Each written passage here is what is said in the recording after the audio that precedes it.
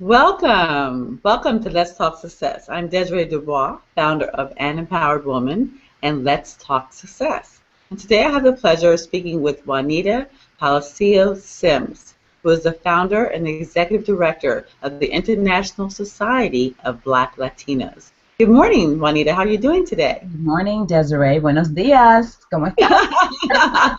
Buenos dias. I wish I was someplace where that's the language they were. How are you doing? Tell us more about your organization. It sounds exciting. Well, first of all, thank you so much for having me on.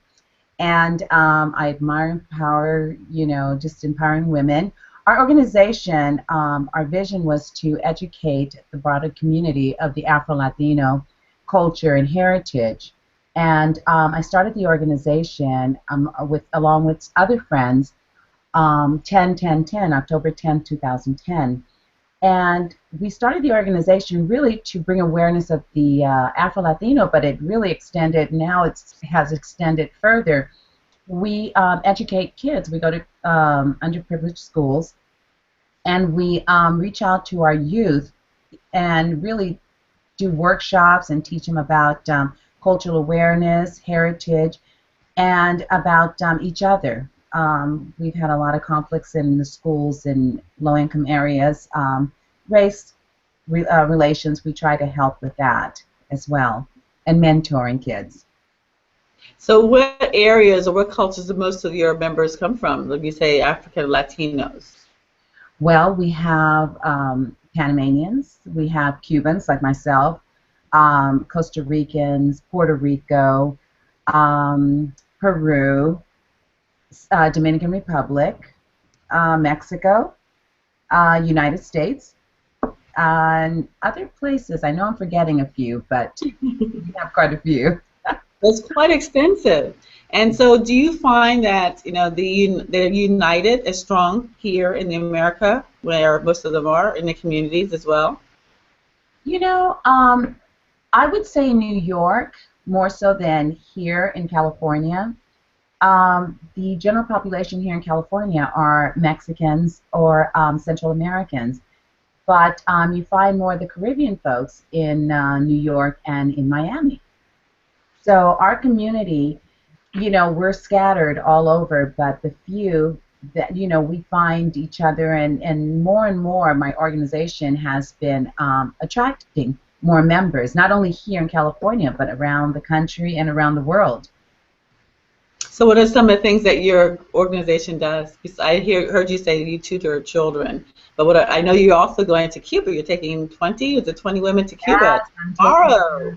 we're going to the Jazz Festival. I take groups to Cuba as well. We do educational trips there.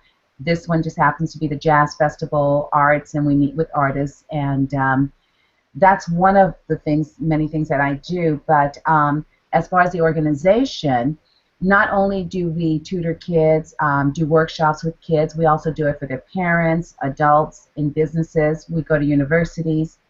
And we also, you know, Latino culture, just like any other culture, we're rich in music and art. So we do art exhibits. We, showcase certain artists. Last year we showcased a few artists that came from Cuba and a Cuban American, and we also put cultural events together. We had our first annual event.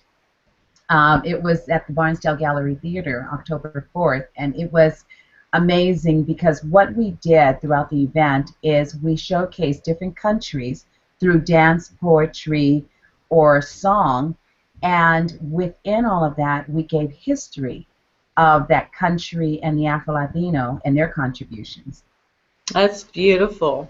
So that's really beautiful. In your community, do you have a lot of women aspiring or actively pursuing business?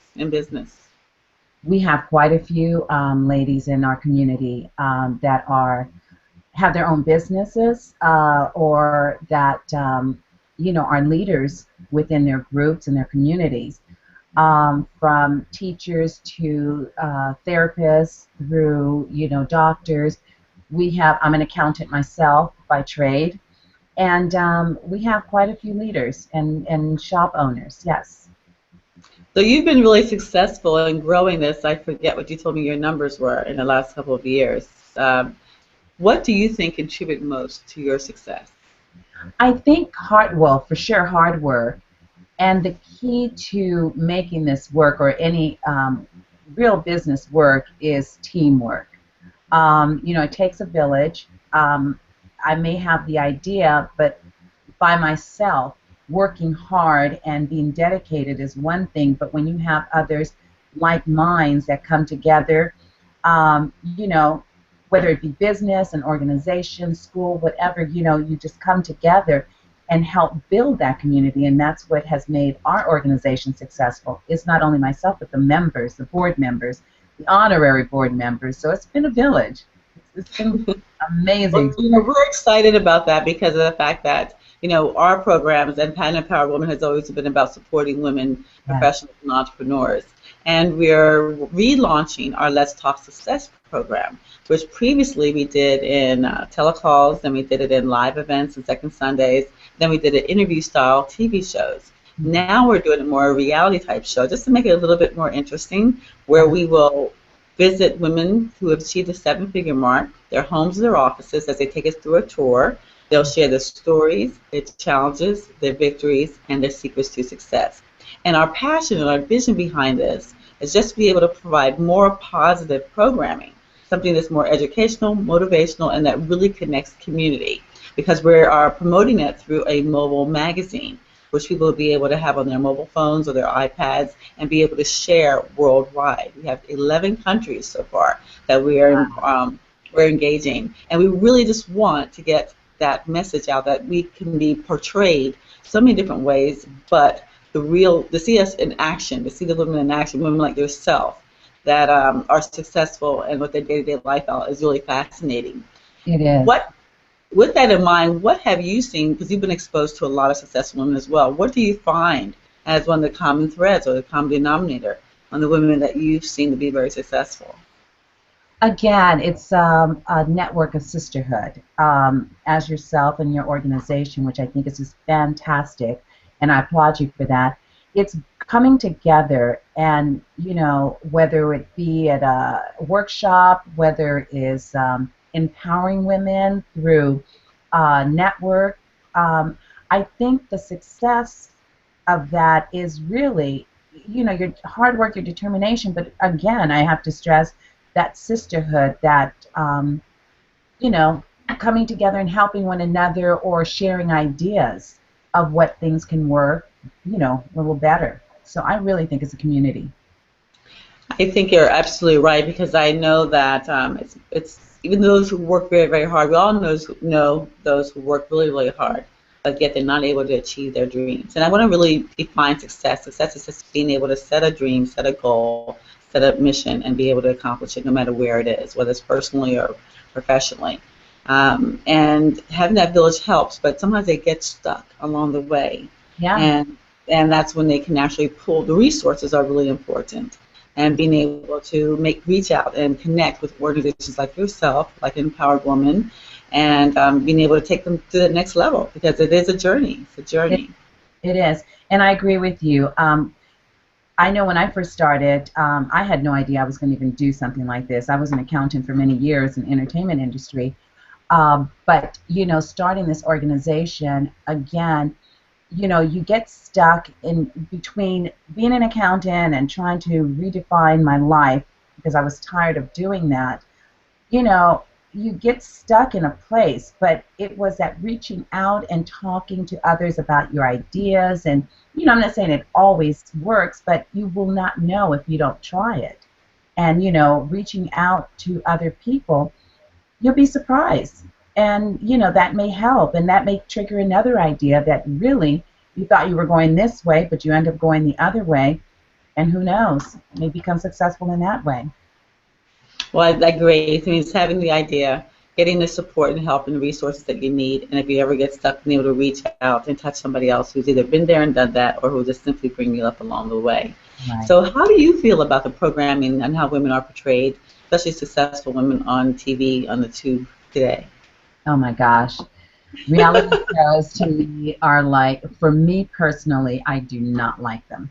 You know, you have like your housewives, you have your certain shows that, you know, I need not even mention, but, you know, some of these reality shows, to me, it's such a letdown, especially when young girls are looking at things like this and thinking that, oh, this is what you're supposed to do in order to become famous or to become rich. I just think it's sad. I've been a mentor for many years for young girls, especially young girls in foster care. And one of the things that, you know, I just, you know, try to let the girls know, don't look at what's on TV to be your role model. Try to find someone that your teacher, maybe, you know, someone at church, maybe a sister, maybe a friend, maybe your friend's mom, because the things that are on TV are just crazy. One of my favorite shows is Suits, and also Good Wife, because the women there you see are portrayed as successful businesswomen, and that to me is important. Absolutely, absolutely. And we want to change that. And I want to thank you so much for, engaging us and joining us on that mission to create more positive programming. So, in closing, what empowering thought would you like to leave our listeners with today? Well, I would like to say, you know, mentor a young girl, reach back, help someone, and at the same time, educate and unite our communities and move forward And as that's men. that's really beautiful because when you help others, you're really helping yourself. Yes? Absolutely. Absolutely. Well, I want to thank you again so much for sharing your time and your expertise. Thank you, And Desiree. I appreciate you're it. welcome. You're welcome. I look forward to